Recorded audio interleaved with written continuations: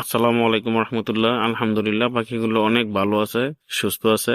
তো এমন ভাবে ভালো রাখতে গেলে, সুস্থ রাখতে গেলে তো অনেক কিছুরই প্রয়োজন হবে। আর এখন কিন্তু ঠান্ডা পড়তেছে, পাখির মূলত অসুখ বিসুখই হচ্ছে ঠান্ডা। আর একটা অসুখ বিসুখ হয়ে গেলে এবং তার থেকে রক্ষা পেতে হলে কিন্তু অনেক কিছুরই প্রয়োজন হয়, যেমন ম্যানেজমেন্টের প্রয়োজন হবে, ওষুধের প্রয়োজন হবে। কিন্তু ওষুধ ম্যানেজমেন্ট দুইটাই 50-50, দুইটার দিকে লক্ষ্য রাখতে হবে, তাহলেই কিন্তু অনেক ভালো একটা কিছু হবে। আর নয়তো কিন্তু একটার দিকে ফোকাস দিলে কিন্তু পাখিকে সুস্থ রাখা কোনোভাবেই সম্ভব না।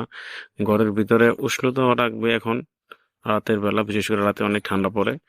আর দিনের বেলা তো খোলা রাখা হয়, কিন্তু যখন দিনের বেলা আবহাওয়াটা ঠান্ডা থাকে তখনও উষ্ণতা উষ্ণতা ভাবেই রাখতে হবে।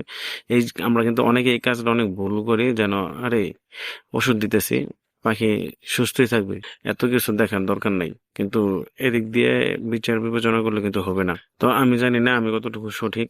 আমি আমার মতো করে আমি এই সিদ্ধান্ত নিয়েছি, কারণ গত বছর আমি পাখি পালন করছি, এই অভিজ্ঞতা থেকে বলতেছি।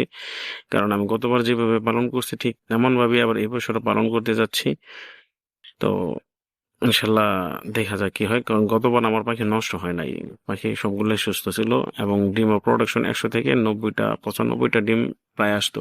চ্যানেলটি একটি কৃষিভিত্তিক চ্যানেল এবং যারা এই বিষয়ে ব্যাপারে আগ্রহী আছেন, চ্যানেলটি সাবস্ক্রাইব করে সাথে থাকবেন। ধন্যবাদ। আসসালামু আলাইকুম ওয়া রাহমাতুল্লাহ।